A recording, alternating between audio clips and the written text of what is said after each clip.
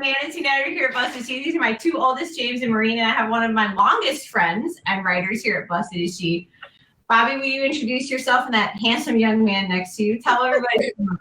Hi, everyone. Greetings from California. I'm Bobby, and I am a mom of four. We live here on the central coast of California, and this is my youngest, Matthew. Hi, my name is Matthew. I am in the 4th grade. I am 9 years old, and I like to play soccer, football, and I like to bake. So we're all the way over here in Minnesota, and the weather is remarkably warm. It's in the 70s. But so, James, you want to tell a little bit about yourself? Matthew gave a great intro. What about you? I'm in the 5th grade. I'm 10, and I'm a big Minnesota Vikings fan. What about you, Maureen? I'm 3rd grade, and I'm 8.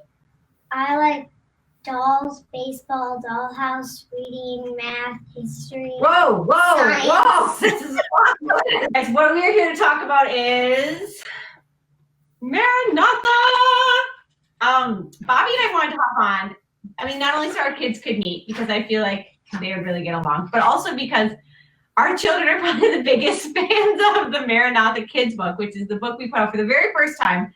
We did a kids book for Advent to accompany the adult book. But we'll do a little background about the book, and then Bobby and I will share about what we really love about it as moms, and then we're going to hear from the children themselves. I'm in bed. I'm editing. This is like last year. I'm editing the Advent book in bed on my laptop, and when you came up alongside me, and what did you say? You were like, "Why don't we have one?" Well, it's funny because Matthew used to say the same thing to us. I'd get my, package in the mail, and he's all, how come the kids don't have any? Why isn't there blessed is he? So I can do stuff like this. And so finally this year, he got his wish. Finally, Matthew. And these guys, along with the writers who wrote in the stories, who had children, got to help write the questions, which was really fun. So the questions in this book are written by a lot of children. There are a lot of children. We have the Helmstead children, the Giesart children, the Spencer kids, you guys, which makes it really special. A quick overview for people who are like, I don't know, is this book the right age for my kids? I mean, we say 6 to 12, but I have to say my 3-year-old definitely needed her own copy, even just for the scribbling. And even though the 6-year-old can't read it all independently, the Sunday explanations going through Advent are so rich and so great that we'll be reading those aloud as a family anyway.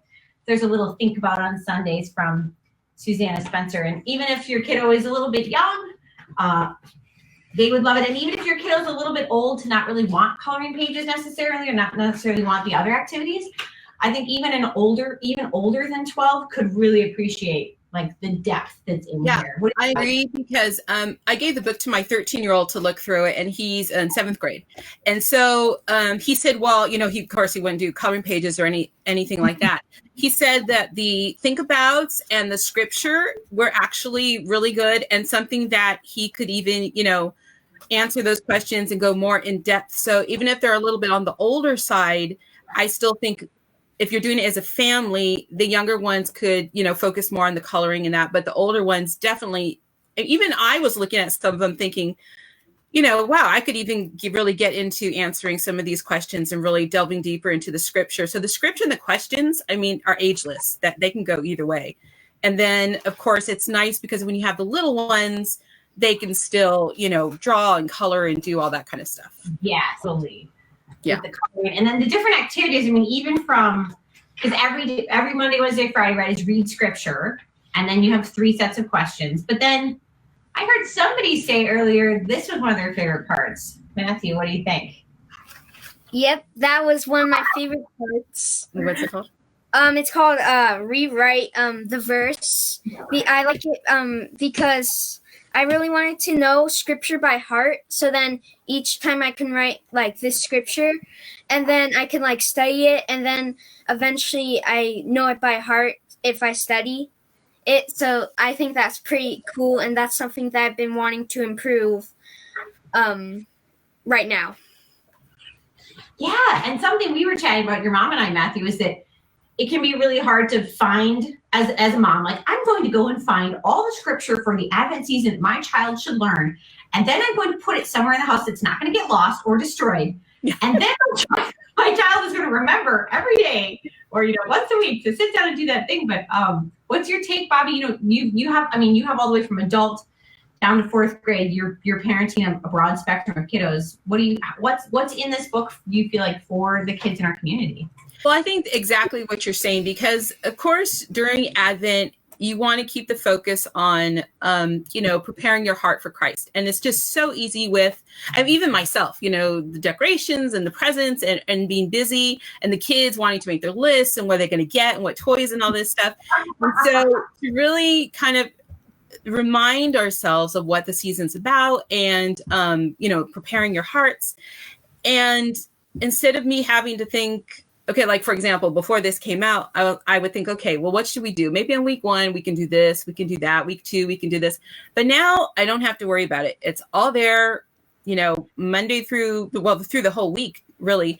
And there's something that we can do. And I know in our family, in the evening, we have our prayer time. And so for some of my friends who are homeschooling moms, they can incorporate this into their day, into their lessons, and that works for them. For us, we don't homeschool, so our family time and to do things like this is in the evening. So after our evening time, then we take a little during Advent, like 10 minutes, we'll have quiet time, and either we'll read the think about together or the scripture together, and then the kids can do on their own, write the verse or answer the questions or whatever you do. I don't have to worry about what am I going to do. It's just all right there. So for me, it's just so much easier to have it all laid out.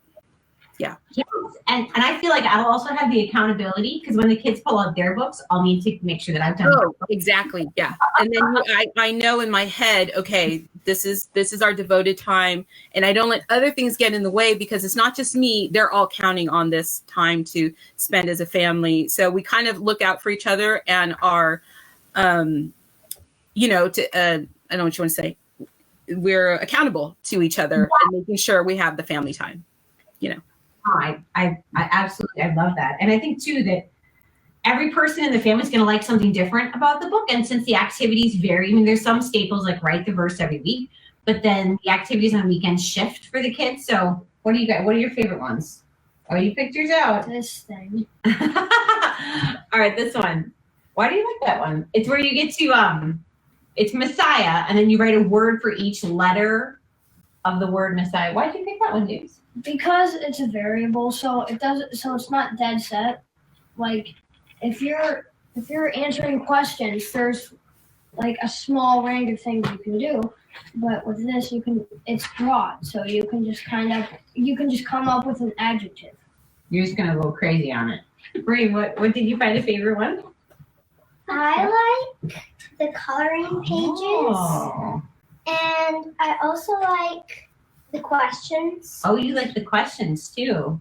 You know how for the adult books, Bobby and my friend Beth Davis, she writes all the questions for the adult books. She makes it look really easy. But then when it came to actually writing them, you guys had to sit with the scripture, maybe think about it. I think the questions you guys came up with are ones like Bobby said, I'm going to enjoy doing them. Oh, exactly. Yeah. There's something there for everybody. Okay, last thoughts about Maranatha for kids. I like the coil binding. I like it because it can flip open, and like sit on a table while you're working on it. And you do this. Oh, and then you can even do that. There you go. What other things? Is there any other things that you guys like?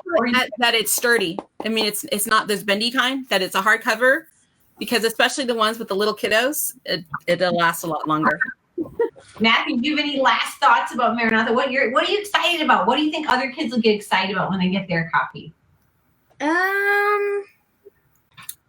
I think they'd be excited to learn more about why Jesus came and the theological of Jesus's birth.